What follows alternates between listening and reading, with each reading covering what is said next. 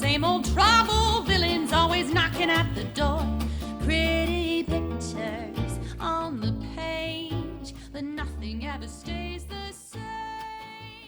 Thank you, Vandello. Welcome again, true believers, to another episode of Graphically Novel. My name is Josh Wasta, a.k.a. Fallout Fieri, and with me, as always, for 12 episodes now, right to the finale, all the way to the end, is the Charles Xavier to my David. Wow.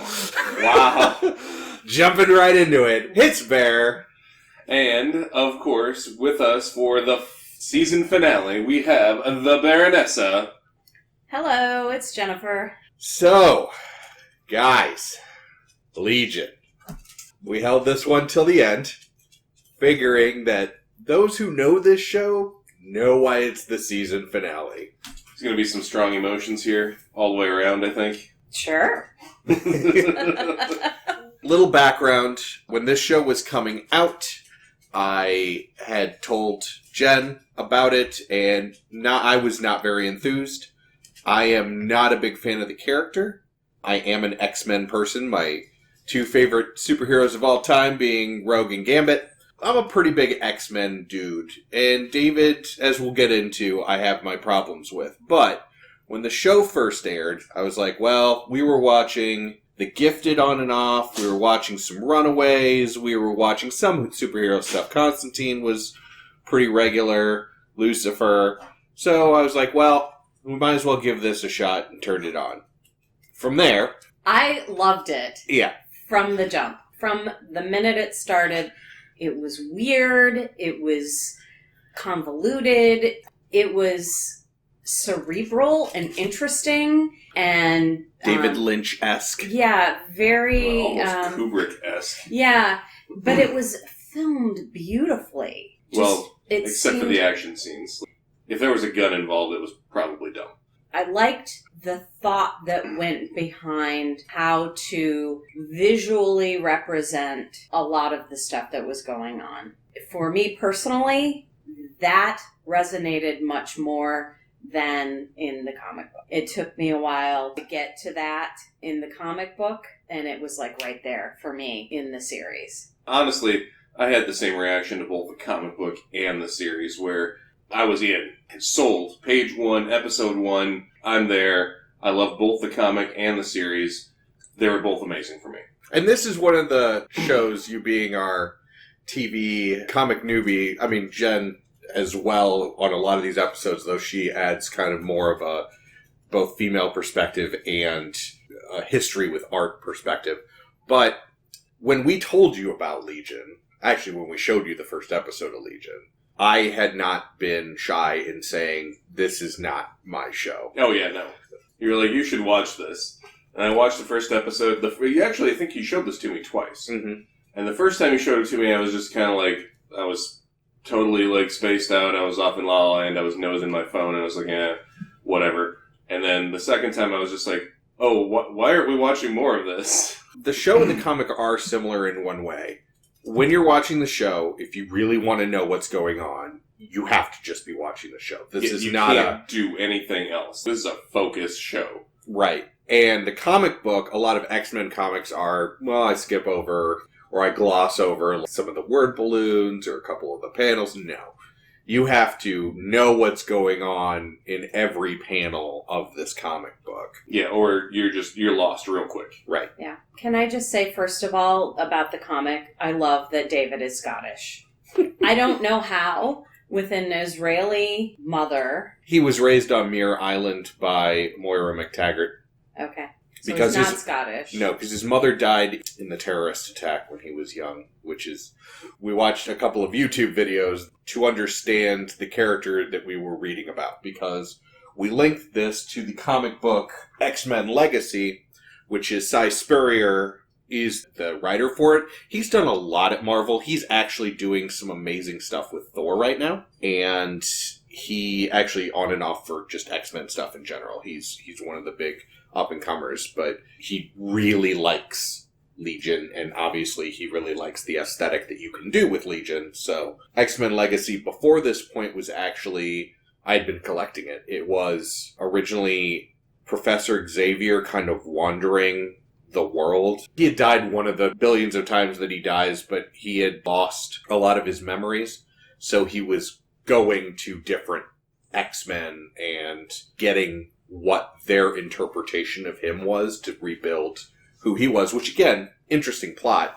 Then it turned into a Rogue, Gambit. I really don't remember who else was in the comic. I was reading it because Rogue and Gambit were in it. And then, out of nowhere, it became this. Another time that Charles Xavier died is when this picks up, which is what we all read. Jumping into this comic, I mean, even watching the show, there was a little background that was needed, so I caught them up on some 7 Things You Must Know videos on YouTube. Oh, I didn't. Honestly, I thought it was good enough. I didn't really need background. Like, I was more than willing to... All right, this is where we're starting from. Let's go. This is good. Right, that's how I felt about the TV series. It was a good place to start for me. I didn't need background on... I felt like after seeing the first season, had I had any background, I don't think it would have added anything. I appreciated the X-Men. That universe is not part of the TV series. That comes from me because I'm not as interested in quote-unquote superheroes.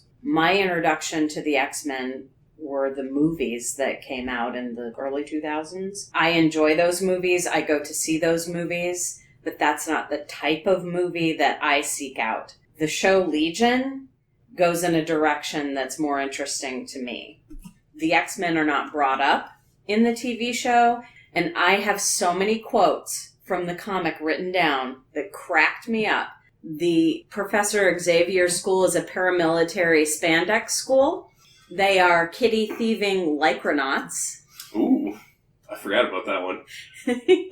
Oh, and the great Professor X does not fail the folks he loves. Right. Which, no matter what universe you're in, no matter what you're reading, no matter how deep into the X-Men you get, Professor Xavier's a dick. Yeah. The characters in the comics swear a lot, but it's all characters rather than actual words. Yeah, basically all bleeped out. Right. Well, and also in this comic, it's Wolverine and Chamber are mostly the two that do it the most. David.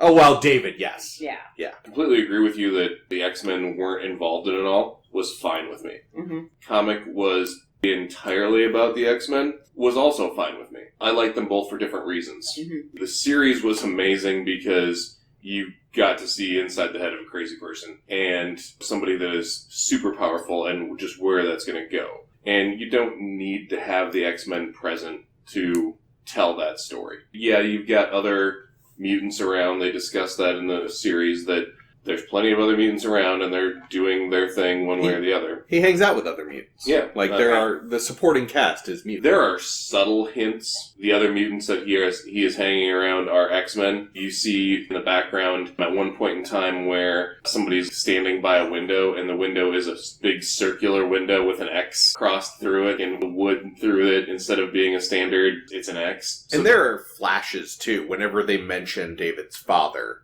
you'll usually get a wheel with an X. The Professor Xavier wheel, or the back shot of a bald man. Yeah, it's always a bald man. Anytime there's an image or a pic of David's father, it's always a bald guy. Right. Who's extremely powerful psychic. According to the commercials for the 3rd season, which will also be the last season, they're going to actually have Charles Xavier on there. Are they actually going to call him Charles Xavier? Yes. Oh, okay.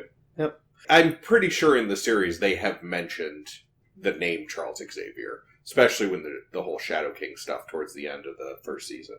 I don't know if they ever actually mentioned his name in 1st season. I haven't watched any of 2nd season yet, but I don't recall them ever actually saying Charles Xavier in the 1st season. I don't believe they do in the 1st season. In the comic book, and this isn't necessarily a spoiler for the comic that we're setting up, it is more to understand the character. And I'm going to get a little bit into why I was not interested and why I'm not a big fan of the character. 2 things, really. The first being that for a long time in the comics, he was referred to as an autistic mutant, which is more than a little tone deaf. And even then, it was tone deaf. Even then, it would have been tone deaf. And the second being that, unlike the series, they haven't delved into this at all. David is an all-powerful mutant because he has hundreds or possibly thousands of multiple personalities that live in his mind that each have their own power. And when he needs those powers, he needs to basically fight them and wrest control of the power in his mindscape to exhibit that power. Or his personality takes him over, and then he has those powers, aka like Split, like what we saw recently. In fact, M. Night Shyamalan's movie, to me, is a really watered down version of this character. Oh, 100%. That's part of the reason why I really enjoyed the comic book, and it's really the only fault that I found with the series was that I really wanted him to be a little more crazy than he really was. Like, I get that he has got mental issues, but in the series, you really only get the image that it's because he's being taken over by an outside evil entity, as opposed to in the comic where he is actually just a broken, messed up dude on so many levels, and he's got all those same problems that he had in the series. What I liked about the series is he is that broken. To me, in the series, he is completely broken. In fact, at one point in the series, he says, "Is this real? Am I in reality? Are you real? What's going on?" You can't tell. The way that it's filmed, you don't know what's real, what's in his head, and what is actually happening in the real world. Sure. They do film it that well that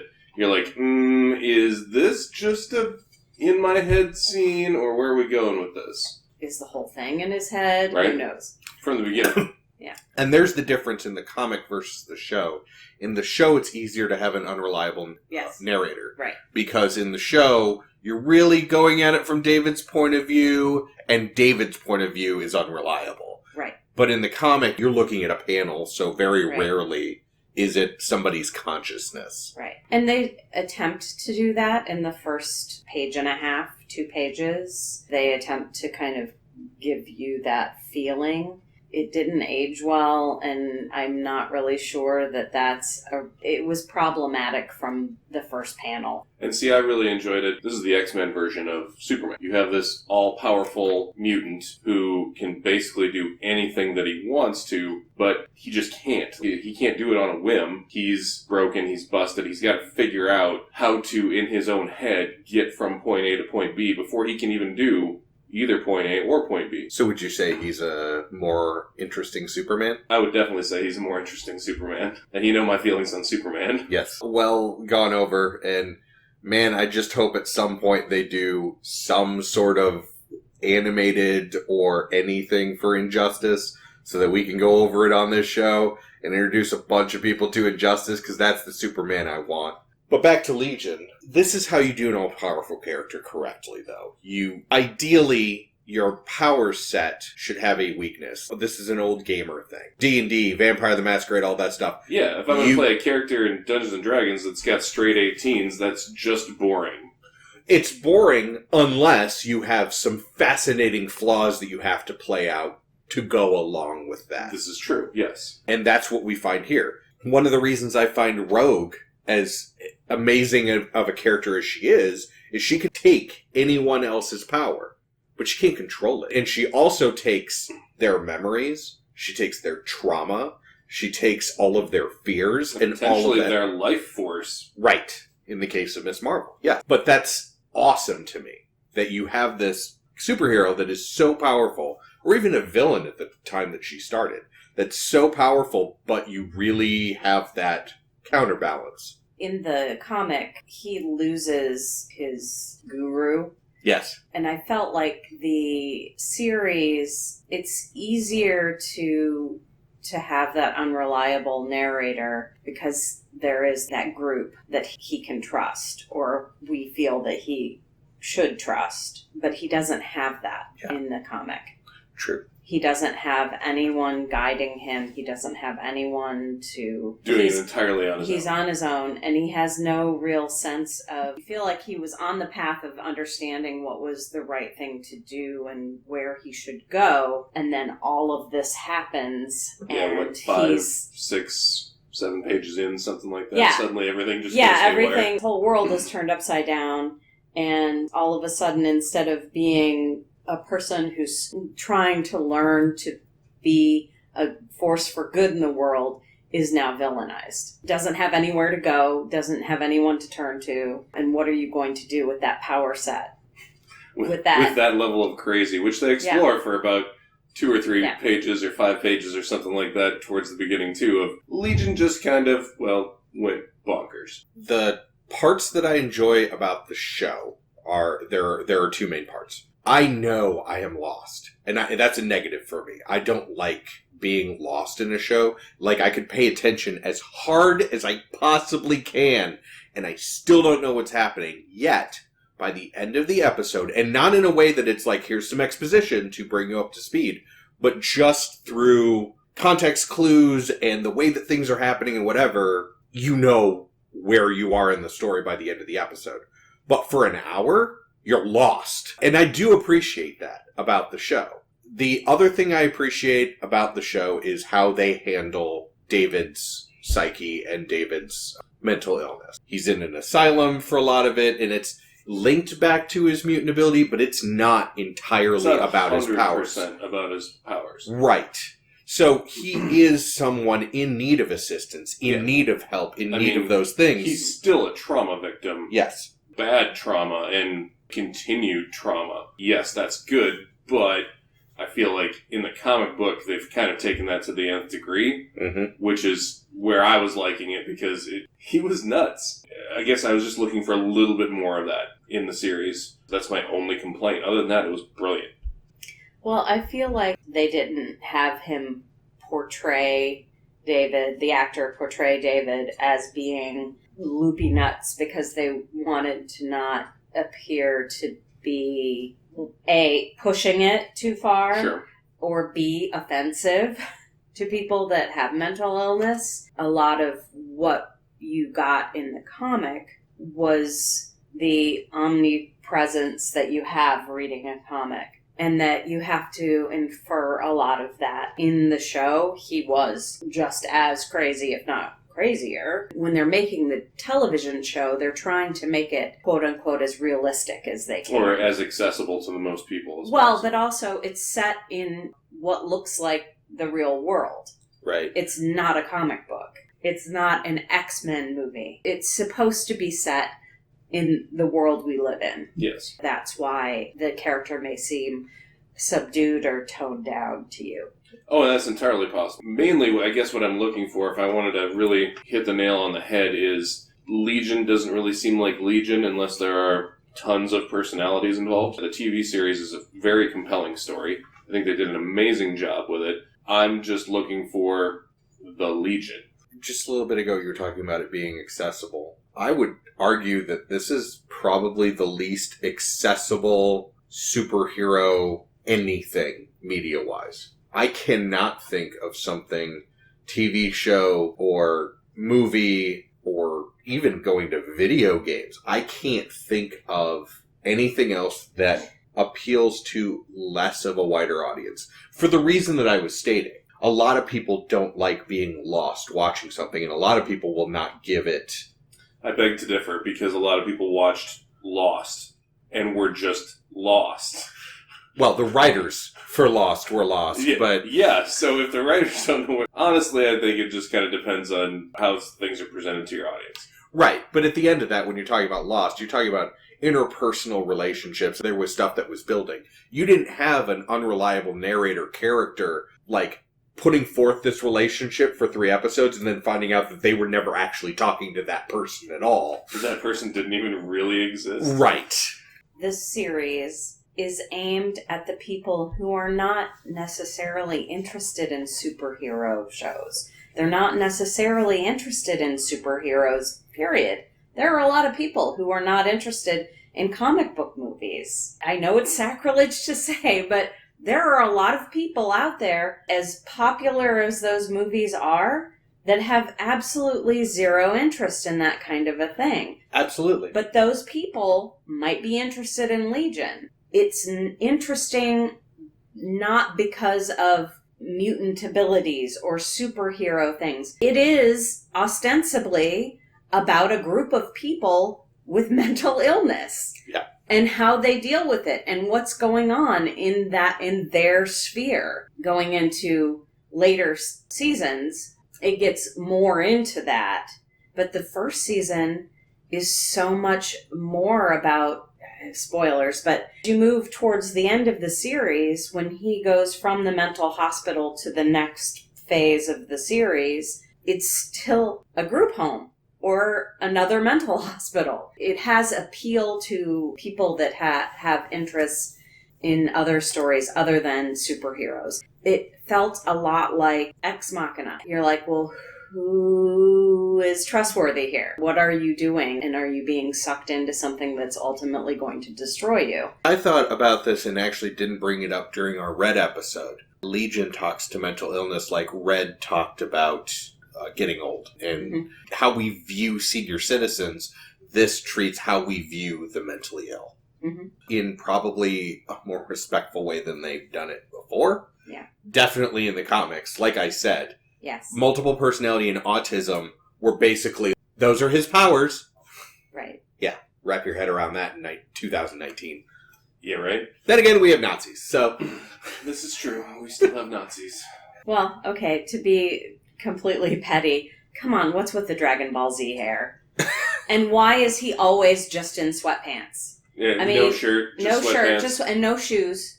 So in the comics, because if you've got Dragon Ball Z hair and no shirt and no shoes and just sweatpants, and you are running around with a 6-shooter in each hand and hooting and hollering like you just were still out in the Wild West, that is hilarious. Wiki wow wow. Wiki wow wow. They never really explain his hair. Other than in the very beginning where it's like, oh, your hair just can't defies. do anything with it. Yeah. He mentioned his hair defies all gravity. I think originally it was supposed to be a dig at Wolverine's hair, and it's just become part of his character. I can't speak to it. I don't know what's up with his hair in the comics. For those who have never read a comic with Legion in it, his hair literally sticks straight up. Flat tops. So imagine It's like Dragon Ball Z. It's Play from Kid and Play? Yes, it's Play from Kid and Play. No. But the white dude version of it. Yeah, no, Play wishes his flat top were that Oh, tall, yeah, 'cause no. it's Play was like, can I take notes? Yeah. And I know that it's a comic and they've got to do whatever, but it's like, that's another thing that puts me outside of this type of comic. Yeah, and see, for me, that was just something like 100% just glossed over. I was just like, oh, his hair. And it looks like a Dragon Ball Z knockoff. Yeah. Okay, whatever. Don't care. Flat hair, don't care. I can't cast aspersions on David in the comic because everyone dresses like, well, I mean, the X-Men all dress like... The Lycra. What's the S&M line that they had? It's the Spandex Bondage Army. Sy Spurrier has a lot of fun through David in looking at the X-Men and mocking them. Kitty thieving Lycronauts. Kitty thieving Lycronauts. That's basically what they do, is they'll show up at your doorstep, oh, you're a mutant, here's a bunch of propaganda, now come join us. They were not well organized at all. They generally aren't. Believe any random phone call that calls into the mansion, oh, here's a bad guy. Like, who are you? Click. Somebody just said there's a bad guy that showed up. So we have to go do it. Yeah, there's no leadership at all. Everyone is trying to be a leader, but not very well. They're all failing. They're all taking initiative in different directions. Exactly. I think that might be better filled in by where this comic was when it was happening, but yes. This was around the time that's called X-Men Schism, where Cyclops basically went, you know what, I think maybe Magneto was kind of right, and we should just separate ourselves, so mutants will have this island off the coast of San Francisco, and that's where we'll be. And Wolverine was like, that is not the way that the dream is supposed to happen, in Charles Xavier's dream, and went back and rebuilt the school as the Jean Grey School of Learning, because Jean Grey was still dead at the time, and there's a whole thing. But everybody's what it was called. Yes. In this comic, it was the Jean Grey School of Learning. Right, because that's when all of this is happening. And Wolverine, not a great leader. That's just an example. Really? Wolverine went to go back and rebuild the school? Seems a tad out of character. Sure did. Not having much experience with the X-Men in the comics, none of them are very likable at all. And it actually serves to make David a more sympathetic character in this comic. Right, because you hated Blindfold, who is usually like one of the most beloved newer characters in X-Men. Yeah. I had a little bit of sympathy for her after I learned more about her story. Yeah, by the time you get a little bit of backstory, and she's still lame. Yeah, there was always something that the X-Men were always okay. I liked individual ones. As a group, I was never really all that cool, and this kind of just put it all into focus and went, oh, yeah, they're just a bunch of idiots that happen to be trying to be good guys and not really doing a great job. I think it's telling that my favorite X-Men stories are generally focused on individuals. There was a fantastic series that just wrapped up that was Rogue and Gambit, and then into a series called Mr. and Mrs. because they get married. It's fantastic because it's just really focused on the two characters, but other people from the X-Men universe keep showing up, being like, we want you to go on an adventure, and they're like, no, you guys are dumb. Please don't bother us anymore. Deadpool's like, I'm going to take you to space! And they're like, don't take us to space. We do not want to go to space. I like those stories, and actually, more than I liked the animated series from the 90s, which was fantastic.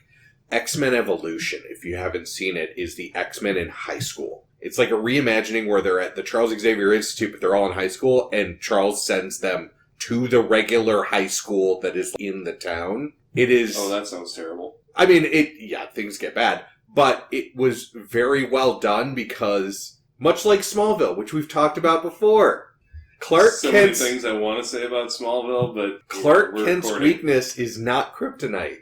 Clark Kent's weakness is that Clark Kent's an idiot. Because he's a high school kid. And then he's in his early 20s, which makes him more of an idiot. You watch it for Lex.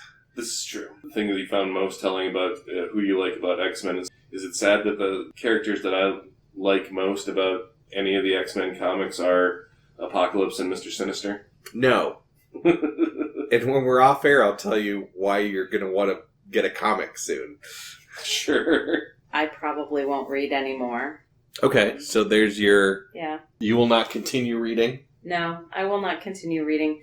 But I will continue watching, and I will watch it again. And I am not a rewatcher. Right. I generally don't rewatch movies or shows, but I feel like it is complex enough of a TV series that rewatching will provide additional insight to what's going on in that arc on the TV show. Bear?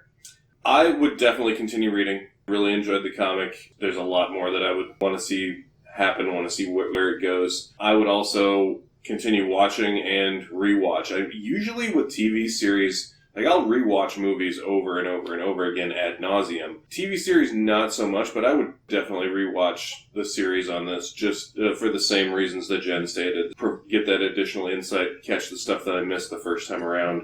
Especially once you get to the end and some of the questions get answered. Because once you get to the last 2 episodes of the first season, things are moving so fast that trying to catch every little detail is just, it's rough. On my end, probably not. I wouldn't keep reading just because I'm not a fan of the character. This didn't do a whole lot for it.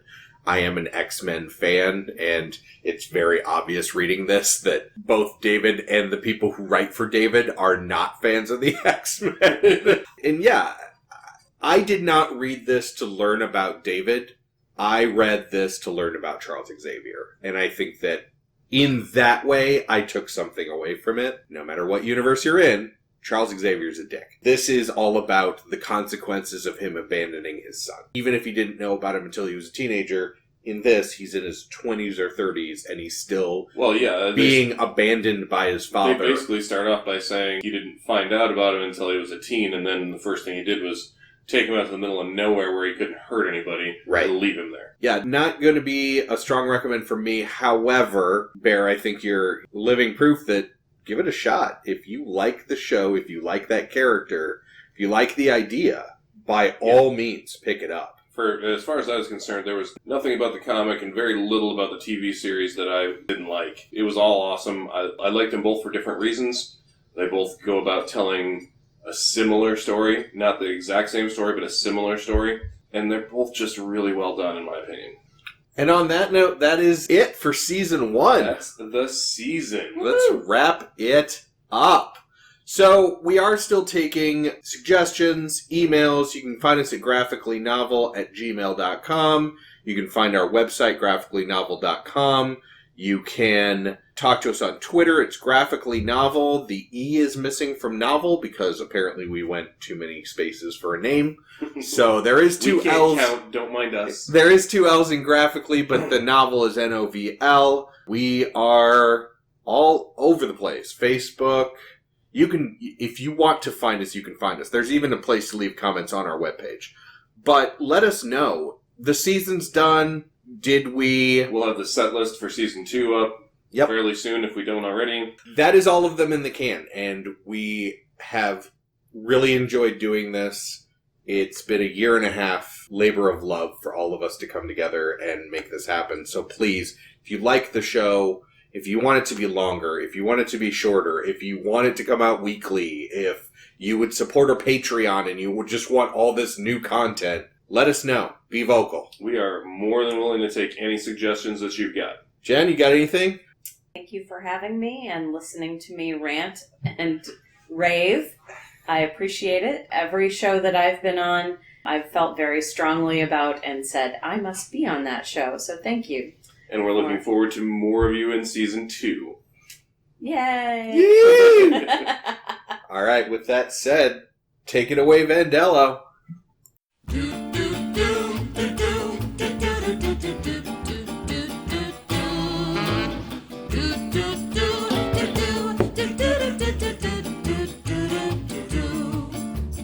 Come with me, I'll tell a story that you might have heard before. Graphically novel, but the same old trouble. Villains always knocking at the door. Pretty pictures on the page, but nothing ever stays the same. Do do do do do do do do do do.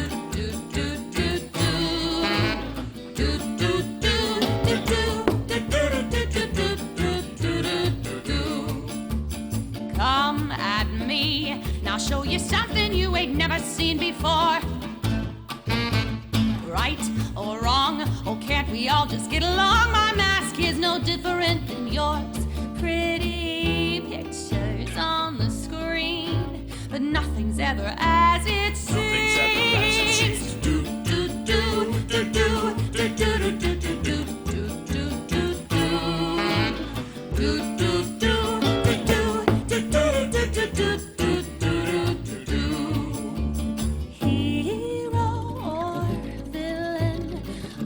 Or hated by millions. Maybe it's wrong, maybe it's right, but you don't want to see my back.